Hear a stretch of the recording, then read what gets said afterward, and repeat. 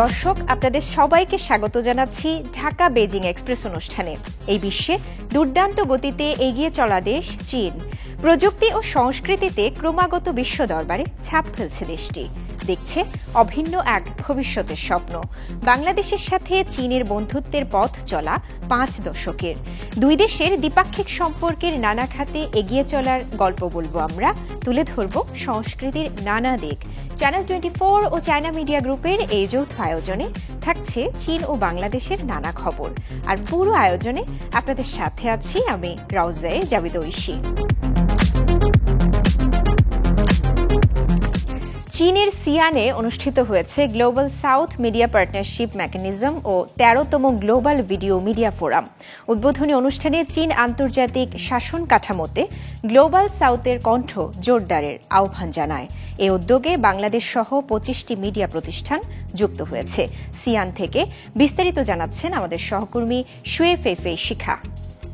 আজ আমরা এখানে একটি ঐতিহাসিক মুহূর্তের সাক্ষী হচ্ছি। তা হল global south media partners mechanism প্রতিষ্ঠা সম্মেলন এবং 13তম গ্লোবাল ভিডিও মিডিয়া ফোরাম এখানে আনুষ্ঠানিকভাবে শুরু হয়েছে। 6ই নভেম্বর চীনের সিয়ান শহরে global south media partners mechanism উদ্বোধনী অনুষ্ঠান এবং 13তম গ্লোবাল ভিডিও মিডিয়া ফোরাম অনুষ্ঠিত হয়। এই সম্মেলনটি China media group CMG CGTN এর সহায়তায় এবং CPC সিয়ান মিউনিসিপাল কমিটির প্রচার বিভাগ, CCTV ভিডিও নিউজ এজেন্সি এবং CMG শানসি ব্যুরো যৌথভাবে আয়োজন করে। ভাগাভাগির সুবিধার জন্য ঐক্যমত্য তৈরি, বিশ্বব্যাপী শাসনে গণমাধ্যমের ভূমিকা শীর্ষক এই অনুষ্ঠান বিশ্বব্যাপী দক্ষিণ দেশগুলোর মধ্যে গণমাধ্যম বিনিময়ের জন্য একটি গুরুত্বপূর্ণ প্ল্যাটফর্ম হিসেবে কাজ করে। বিশ্বের জনসংখ্যার 70%-এরও বেশি আছে গ্লোবাল সাউথের দেশগুলোয়। বিশ্বের অর্থনৈতিক প্রবৃদ্ধির 80% অবদানও এই অঞ্চলে। বিশ্বব্যাপী শাসন ব্যবস্থা, যৌথ সিদ্ধান্ত গ্রহণ এবং অভিন্ন উন্নয়নের ক্ষেত্রে এই অঞ্চল বড় কণ্ঠস্বরের দাবি রাখে। উল্লেখযোগ্য বিষয় হল বাংলাদেশের 25টি মিডিয়া সংস্থা এই পার্টনারশিপ মেকানিজমে যোগ দিয়েছে। চীন ও বাংলাদেশের কূটনৈতিক সম্পর্কের 50তম বার্ষিকীর এই উদ্যোগ দুদেশের মিডিয়ার যোগাযোগ ও সহযোগিতা জোরদার হবে বলে আশা করা যায়। চীনের সাথে আমাদের বন্ধুত্ব দীর্ঘদিনের এবং বাংলা ভিশন, যেহেতু আমি বাংলা ভিশনে কাজ করি, বাংলা ভিশনের সাথে চায়না মিডিয়া গ্রুপের দীর্ঘদিন ধরে কাজ করে আসছে এবং আমরা জয়েন্ট কোলাবোরেশনে কিছু কন্টেন্ট বানাচ্ছি এবং আমরা সেটা প্রচারও করছি, যেখানে চীনের সংস্কৃতি এবং অজানা বিষয়গুলোর উপরই গুরুত্ব দেওয়া হচ্ছে।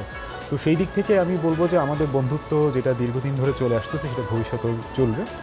গ্লোবাল সাউথ মিডিয়া পার্টনার্স মেকানিজমের লক্ষ্য হল গ্লোবাল সাউথের মিডিয়া আউটলেটগুলোর মধ্যে সহযোগিতা আরও গভীর করা, ব্যবহারিক সহযোগিতা, বিষয়বস্তু ভাগাভাগি, পেশাদার প্রশিক্ষণ এবং যৌথ প্রযোজনাকে উৎসাহিত করা। পাশাপাশি অংশগ্রহণকারী মিডিয়া অংশীদারদের মধ্যে সংলাপ এবং গবেষণাকে উৎসাহিত করা। চীন এবং বাংলাদেশের মিডিয়া সহযোগিতা ক্রমেই জোরদার হচ্ছে এবং ফলপ্রসূ হচ্ছে। আমরাও বিশ্বাস করি যে এমন বিনিময় ও সহযোগিতার মাধ্যমে বিশ্বে গ্লোবাল সাউথের কণ্ঠস্বর আরও জোরালোভাবে প্রতিধ্বনিত হবে। এর আগে বুধবার রাতে সিয়ানে গ্লোবাল সাউথ মিডিয়া পার্টনারশিপ মেকানিজমের উদ্বোধন করা হয়। এতে গ্লোবাল সাউথের শতাধিক গণমাধ্যম প্রতিনিধি উপভোগ করেন থাং রাজবংশের ঐতিহ্যে সাজানো স্বাগত অনুষ্ঠান চাংআনের স্বপ্ন।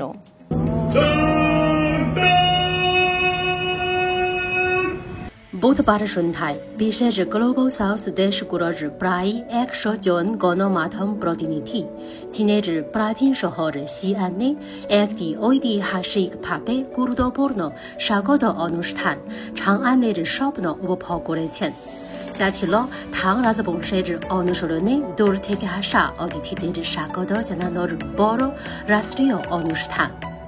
গণমাধ্যম প্রতিনিধিরা গ্লোবাল সাউথ মিডিয়া পার্টনার্স মেকানিজমের উদ্বোধনী অনুষ্ঠান এবং চায়না মিডিয়া গ্রুপ আয়োজিত 13তম গ্লোবাল ভিডিও মিডিয়া ফোরামে যোগ দিতে সিয়ানে সমবেত হয়েছেন।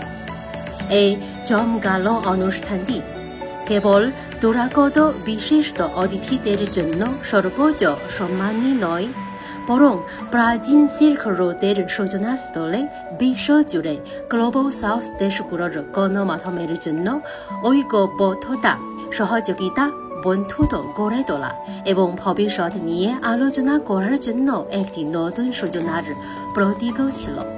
প্রতিনিধিরা গ্লোবাল সাউথ মিডিয়া পার্টনার্স মেকানিজমের আসন্ন উদ্বোধনী অনুষ্ঠানের একটি দুর্দান্ত সূচনা করেন। দর্শক, বিশ্বজুড়ে নগরায়ন বাড়ছে। এই নগরায়নের ক্ষেত্রে চীন বিশ্বের কাছে একটি বড় উদাহরণ। কারণ নগরায়ন কেন্দ্রিক, পরিবেশ বান্ধব, জনবান্ধব নগরী গড়ে তোলা এখন বিশ্বের কাছে একটি অন্যতম অনুপ্রেরণার উৎস হয়ে উঠেছে চীন। কারণ তাদের যে সুনির্দিষ্ট এবং সুপরিকল্পিত পরিকল্পনা, সেটি অনুপ্রেরণা দিচ্ছে অন্যান্য দেশে এই নগর বান্ধব একটি শহর বা নগরায়ন কেন্দ্রিক একটি জনবহুল শহর গড়ে তোলার ক্ষেত্রে। ভবিষ্যতের পথে মানুষকেন্দ্রিক স্মার্ট শহর, এই প্রতিপাদ্যে চীনের চংচিং শহরে সম্প্রতি অনুষ্ঠিত হল 2025 সালের ওয়ার্ল্ড সিটিজ ডে চায়না অবজারভেন্স। 4 দিনের এই আয়োজনে দেশি বিদেশি প্রায় 1200 অতিথি অংশ নেন। চীনের শহরগুলোতে এসে আমি মুগ্ধ হই। টেকসই উন্নয়নে প্রযুক্তির ব্যবহার এবং বড় পরিসরে নীতিমালা বাস্তবায়নে তাদের সাফল্য সত্যি প্রশংসনীয়। শুধু ভবন নির্মাণ বা অবকাঠামো নয়, চীনের নগর উন্নয়নে শহরগুলোর ভবিষ্যৎ এখন সাজানো হচ্ছে জীবনের ভারসাম্য ও নাগরিক সুবিধাকে কেন্দ্র করে।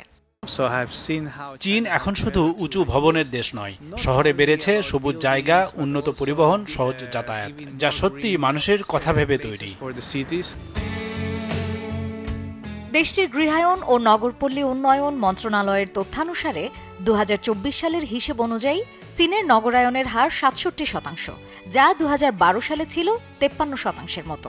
বর্তমান শহরে বাস করছে প্রায় 94 কোটি মানুষ। দ্রুত উন্নয়নের ছাপের সাথে চীনের আধুনিক স্থাপত্যে প্রকাশ পাচ্ছে ঐতিহ্যবাহী সংস্কৃতির সুর। স্মার্ট প্রযুক্তি যখন সাধারণ নাগরিকের দৈনন্দিন যাত্রা আরও সহজ ও নিরাপদ করছে, সেই সময়ে চীনের শহর উন্নয়নের মূল দর্শন এখন আগে মানুষ, পরে শহর। চীনে এখন সব জায়গায় স্মার্ট প্রযুক্তি, গাড়ি চার্জ দেওয়া থেকে কেনাকাটা সবকিছুই হাতের নাগালে। অনেক দেশের তুলনায় এখানে প্রযুক্তি অনেক বেশি উন্নত। প্রযুক্তি ও মানুষ, এই দুইয়ের সমন্বয়েই গড়ে উঠছে নতুন প্রজন্মের শহর। বিশ্বজুড়ে দ্রুত বাড়তে থাকা নগরায়নের এই সময়ে চীনের অভিজ্ঞতা বিশ্ববাসীকে দেখাচ্ছে উন্নয়ন মানেই শুধু প্রযুক্তি নয়, এটি হতে পারে মানব কল্যাণেরও এক নতুন ভাষা। চীনের হাসপাতালে চালু হয়েছে শক্তিশালী কৃত্রিম বুদ্ধিমত্তা এআই মডেল ডিপজেম। এই অত্যাধুনিক প্রযুক্তির মাধ্যমে মাত্র 60 সেকেন্ডের মধ্যে জিন পরিবর্তন পরীক্ষা করা সম্ভব হচ্ছে, যা ফুসফুসের ক্যান্সার শনাক্তে নতুন আশা জাগানিয়া। পরীক্ষার সময় ও খরচ উভয়ই উল্লেখযোগ্যভাবে কমিয়ে আনতে সক্ষম এই উদ্ভাবন চিকিৎসা বিজ্ঞানে এক যুগান্তকারী পদক্ষেপ হিসেবে বিবেচিত হচ্ছে। চীনের টেক জায়ান্ট টেনসেন্ট এবং দক্ষিণ চীনের কুয়াংচৌ মেডিকেল বিশ্ববিদ্যালয়ের প্রথম সংযুক্ত হাসপাতাল যৌথভাবে একটি শক্তিশালী কৃত্রিম বুদ্ধিমত্তা মডেল চালু করেছে, যা মাত্র 1 মিনিটে জিন পরিবর্তন শনাক্ত করতে সক্ষম। এই উদ্ভাবন ফুসফুসের ক্যান্সারের প্রাথমিক নির্ণয় ও কার্যকর চিকিৎসার সম্ভাবনা উল্লেখযোগ্যভাবে বাড়িয়ে তুলবে। মডেলটির নাম ডিপজেম, যা বিশ্বের অন্যতম বৃহৎ ডেটাসেটে প্রশিক্ষিত, যেখানে প্রায় 9000 নমুনা অন্তর্ভুক্ত ছিল। ফুসফুসের ক্যান্সারের জিন পরিবর্তন শনাক্তে এই মডেলটি 80 থেকে 90% পর্যন্ত সঠিকতার হার অর্জন করেছে, যা চিকিৎসা নির্ণয়ের ক্ষেত্রে এক গুরুত্বপূর্ণ অগ্রগতি হিসেবে বিবেচিত হচ্ছে। কুয়াংচৌ মেডিকেল বিশ্ববিদ্যালয়ের প্রথম সংযুক্ত হাসপাতালের প্রফেসর লিয়াং ওয়েন হুয়া বলেছেন, বর্তমান জিন পরীক্ষা সাধারণত সময় সাপেক্ষ এবং খরচ প্রায় 10 থেকে 20,000 ইউয়ান, যা অনেক রোগের জন্য বহনযোগ্য নয়। ফুসফুসের ক্যান্সারের জন্য নির্দিষ্ট চিকিৎসা পরিকল্পনা তৈরি করার আগে জিন পরীক্ষা অত্যন্ত গুরুত্বপূর্ণ। জিন পরীক্ষার চ্যালেঞ্জ হলো এটি তুলনামূলকভাবে ধীর এবং ব্যয়বহুল। আমাদের বর্তমান এনজিএস জিন পরীক্ষা সাধারণত 7 থেকে 14 দিন সময় নেয়। ডিপজেম পরীক্ষার সময় ও খরচ উভয়ই কমিয়ে দেয়, যা বিশেষ করে গ্রামীণ অঞ্চলের রোগীদের জন্য নতুন আশা যোগায়। সম্প্রতি গবেষকরা মডেলের জিন পরিবর্তন শনাক্তকরণের সঠিকতা আরও যাচাই এবং উন্নত করার দিকে মনোযোগ দিচ্ছেন। চীনের 15তম 5 বছরের পরিকল্পনা অনুযায়ী দেশটি প্রযুক্তিগত স্বনির্ভরতা অর্জনের উপর বিশেষ গুরুত্ব দিচ্ছে। এই পরিকল্পনার মূল লক্ষ্য হল একটি আধুনিক চীন গঠন এবং হেলদি চায়না ইনিশিয়েটিভকে আরও এগিয়ে নেওয়া, যার উদ্দেশ্য জনগণের সামগ্রিক স্বাস্থ্য ও জীবনমানের উন্নয়ন নিশ্চিত করা।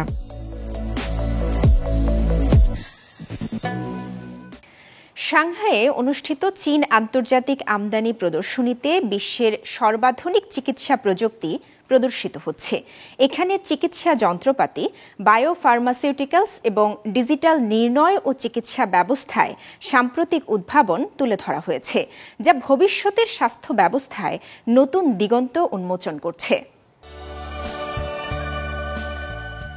সাংহাইয়ে শুরু হওয়া 8ম চীন আন্তর্জাতিক আমদানি প্রদর্শনীতে বিশ্বের সর্বাধুনিক চিকিৎসা প্রযুক্তি প্রদর্শিত হচ্ছে। স্মার্ট ডায়াগনস্টিক থেকে রোবোটিক সার্জারি, ডিজিটাল টুইন প্রযুক্তি থেকে শুরু করে আলট্রাফাস্ট সিটি স্ক্যানার সবকিছুই দর্শকদের সামনে উন্মোচিত হচ্ছে, যা ভবিষ্যতের চিকিৎসা ব্যবস্থার এক ঝলক তুলে ধরছে। এই প্রদর্শনীতে 155টি দেশ ও আন্তর্জাতিক সংস্থা থেকে মোট 4108টি বিদেশি প্রতিষ্ঠান ও প্রদর্শক অংশ নিচ্ছে। বিশাল 4,30,000 বর্গমিটার এলাকা জুড়ে অনুষ্ঠিত এই আয়োজনটি বিশ্বের বাণিজ্য ও প্রযুক্তিগত সহযোগিতার অন্যতম বৃহৎ প্ল্যাটফর্মে পরিণত হয়েছে। প্রদর্শনীটি আগামী 10 নভেম্বর পর্যন্ত চলবে। প্রদর্শনীর অন্যতম আকর্ষণ হল দ্য ভিঞ্চি রোবোটিক সিস্টেম, যা ক্ষুদ্র আক্রমণাত্মক সার্জারির জন্য ব্যবহৃত হয়। এই সিস্টেমে 4টি যান্ত্রিক হাত ব্যবহার করে চিকিৎসক মাত্র 0.8 সেন্টিমিটার আকারের 4টি ছিদ্র দিয়ে অস্ত্রোপচার করতে পারেন। অ্যান্ডোস্কোপিক ক্যামেরা 3 মাত্রিক উচ্চ সংজ্ঞার দৃশ্য দেয়, যা অপারেশনকে আরও নিখুঁত ও নিরাপদ করে তোলে। এটি 10 গুণ বড় করে দেখায়। পরিষ্কার ভিজুয়ালাইজেশনের মাধ্যমে নিখুঁত বিচ্ছিন্নকরণ সম্ভব। পূর্বে একজন চিকিৎসক দিনে 2টি অপারেশন করতে পারতেন, এখন 3 বা 4টি করা সম্ভব। সিআইআইতে প্রদর্শিত হয়েছে 2.5 সেকেন্ডে স্ক্যান সম্পন্ন করা আলট্রাফাস্ট ইন্ট্রা অপারেটিভ সিটি ইমেজার, যা ঝুঁকিপূর্ণ রোগীকেও দ্রুত ও নিরাপদভাবে পরীক্ষা করতে সক্ষম। পাশাপাশি ডিজিটাল টুইন প্রযুক্তি ও স্মার্ট নেভিগেশন ডিভাইস চিকিৎসকদের আরও নিখুঁত, কার্যকর ও ব্যক্তিকেন্দ্রিক চিকিৎসা প্রদান নিশ্চিত করছে। এই প্রদর্শনী শুধু প্রযুক্তি প্রদর্শনের মঞ্চ নয়, এটি দর্শনার্থীদের জন্য নিরাপদ, সুবিধাজনক ও ব্যক্তিকেন্দ্রিক চিকিৎসা অভিজ্ঞতা উপভোগের এক অনন্য সুযোগ। স্মার্ট ডায়াগনস্টিক থেকে রোবোটিক সার্জারি, সব আধুনিক সমাধানেই এখন হাতের নাগালে। 4 ঋতুর দেশ চীন। এক এক ঋতুতে এক এক ধরনের পরিবর্তন। ঋতু পরিবর্তনের মধ্য দিয়ে চীনের প্রকৃতির বিশাল পরিবর্তন হয়। শরৎকালে চীনের প্রকৃতি সেজে ওঠে রঙিন সাজে। গাঢ় লাল কিংবা কমলা সহ বিভিন্ন রঙের পরিবর্তন দেখা দেয়।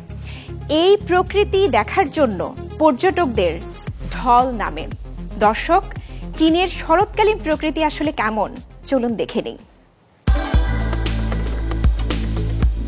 চীনের শরৎ মানেই সোনালি গিঙ্কো পাতার মায়া। অক্টোবর শেষ থেকে নভেম্বরের মাঝামাঝি বেজিং ভরে ওঠে ঝলমলে সোনালি রঙে। তিথান পার্কের শতবর্ষী গিঙ্কো গাছগুলো তখন যেন রূপকথা রাজ্যে রূপ নেয়। লাল প্রাচীর, ধূসর ছাদ আর ঝরা সোনালি পাতা মিলে সৃষ্টি করে এক জীবন্ত চিত্রকর্ম। বেজিংয়ে চলছে 11তম তিথান গিঙ্কো কালচারাল ফেস্টিভ্যাল। ভ্রমণ, সংস্কৃতি, খাবার ও ফটোগ্রাফির এক অনন্য শরৎউৎসব। পার্কের 200-রও বেশি গিঙ্কো গাছ সোনালি রঙে ঝলমল করছে। উষ্ণ সূর্যের আলোয় লাল প্রাচীর, ধূসর ছাদ ও সোনালি পাতা মিলেমিশে ফুটিয়ে তুলেছে বেজিংয়ের ঐতিহ্যবাহী সৌন্দর্য। একটি গাছের উচ্চতা 26.7 মিটার, যা প্রতি নভেম্বরের শুরুতেই উজ্জ্বল হলুদ রঙে রঙিন হয়। তার ছায়ায় হাঁটতে গিয়ে দর্শনার্থীরা যেন সোনালী রঙের জীবন্ত চিত্রকর্মে ঢুকে যান। যখন আমি সোনালী পাতার সমুদ্র দেখলাম সত্যি অবাক হয়ে গেলাম। আমি অনেক সুন্দর ছবি তুলেছি, এটা সত্যি ফটোজেনিক। এই উৎসব শুধু চোখের আনন্দ নয়, এটি চীনের সোনালী গিংকো ঋতুর সঙ্গে মিশে স্থানীয় খাবার, কারুশিল্প ও সংস্কৃতির এক রঙিন সমাহার উপস্থাপন করছে। ফটোগ্রাফি প্রদর্শনী ও সাংস্কৃতিক বাজারের আয়োজন গিংকো গাছের বিশেষ তাৎপর্য তুলে ধরছে আর পর্যটকদের দিচ্ছে সমৃদ্ধ এক শরৎ ভ্রমণের অভিজ্ঞতা। তিথান গিংকো কালচারাল ফেস্টিভ্যাল আগামী ২৬ নভেম্বর পর্যন্ত চলার কথা রয়েছে। পূর্ব চীনের চিয়াংসি প্রদেশের লুশান পর্বতমালা এখন শরতের রঙে সেজে উঠেছে। পর্যটকদের আকৃষ্ট করতে টিকিট ও আবাসনে নানা ছাড়ের ব্যবস্থা করেছে স্থানীয় কর্তৃপক্ষ। নভেম্বর লুশান যেন এক জীবন্ত ক্যানভাস।